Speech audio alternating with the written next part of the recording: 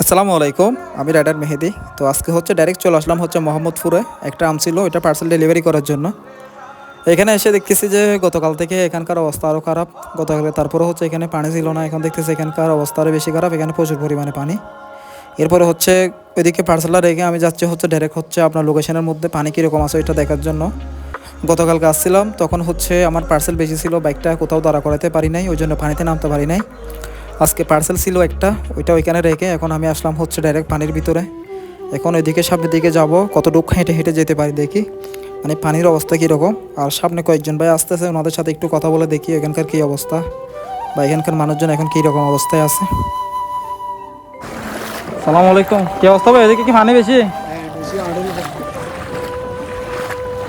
সালামু আলাইকুম, পানি কি বেশি হুজুর?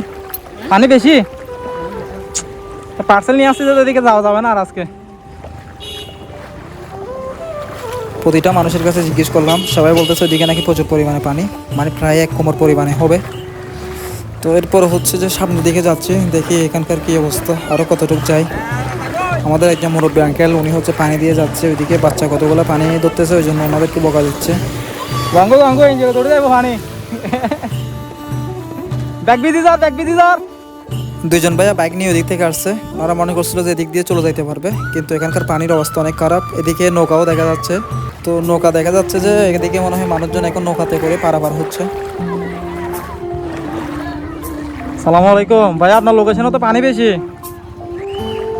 এখানে তো মাছ ধরতে পারবো যে এরকম অবস্থা।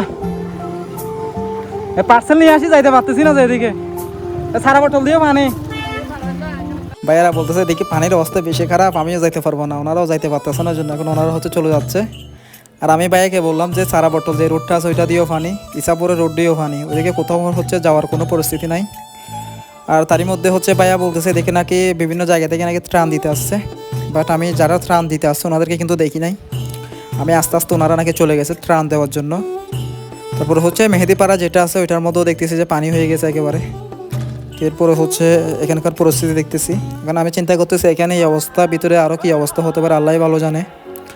আর আমার প্রায় পার্সেল হচ্ছে 200 প্লাস পার্সেল হবে আমার লোকেশনে, সিবাতলি, তারপর মোহাম্মদপুর, কাজের কেল, ওই সব জায়গার পার্সেলগুলো হচ্ছে জমে আছে। ইনশাল্লাহ বৃষ্টি কমলে ডেলিভারি করব। আর একটা কথা হচ্ছে, বৃষ্টি তো এমনিতেই পড়তেছে না, আর আপনার লোকেশনে যে পানিগুলো আছে ওগুলো হচ্ছে আগে কমতে হবে। এখানে হচ্ছে প্রতিটা হচ্ছে এলাকায় হচ্ছে যে আপনার ওই বড় খাল যেটা আছে ওইটার সাথে জয়েন করা, যার কারণে ওইদিকে হচ্ছে জোয়ার আসলে এদিকে হচ্ছে পানি বেড়ে যায়। তো এই পানিগুলো হচ্ছে কমতেও মনে হয় আরও 2 দিন মতো লাগবে। এই কাস্টমার যেটার পার্সেল নিয়ে আসছিলাম ওনাকে হচ্ছে ফোন দেওয়া হয়েছে, ওনাকে বলতেছি ভাই আপনার পার্সেলটা তো এই মুহূর্তে ডেলিভারি করা সম্ভব নয়, আপনি কি অফিস থেকে নিয়ে যেতে পারবেন? তো উনি বলতেছে উনি নাকি অফিস থেকে নিতে পারবে না, ওনাদের ওই দিক থেকে মানে আসার কোনো মানে ওই যে ব্যবস্থা এরকম নাই। তো মার্সেন্ট স্যারের সাথে কথা বলছিলাম, উনি বলতেছে যে উনি অন্য একটা জায়গায় হচ্ছে জোন চেঞ্জ করে দেবে, ওই জায়গায় ডেলিভারি করে দেওয়ার জন্য পার্সেলটা, কারণ ওইটা একটা আম ছিল, তো আমটা হচ্ছে যে আবার আপনার পৌঁছে যাবে।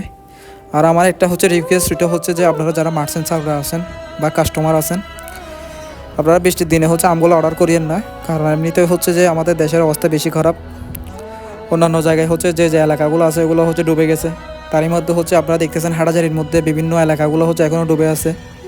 আর সিবাতলি, মোহাম্মদপুর তো এমনিতেই ডুবে আছে, তারই মধ্যে হচ্ছে আপনার পূর্ব মাইকল বলেন, পূর্ব মাইকল, উত্তর মাইকল যেগুলো আছে ওগুলোদের মধ্যে এমনিতেও এখন বর্তমানে পানি। তো আমি হচ্ছে এখন বর্তমানে চলে যাব বাসার দিকে, কারণ এই পার্সেলটা নিয়ে বাসায় যাব, বাসার পরে হচ্ছে বিকালে অফিসে গিয়ে আমটা আবার জমা দিয়ে আসবো। তো সবাই ভালো থাকবেন, সুস্থ থাকবেন, আর আপনার এখানকার এলাকার পরিস্থিতিগুলো আমাদেরকে কমেন্ট করে জানাবেন। আসসালামু আলাইকুম, আপনাদের মেহেদি ভাই।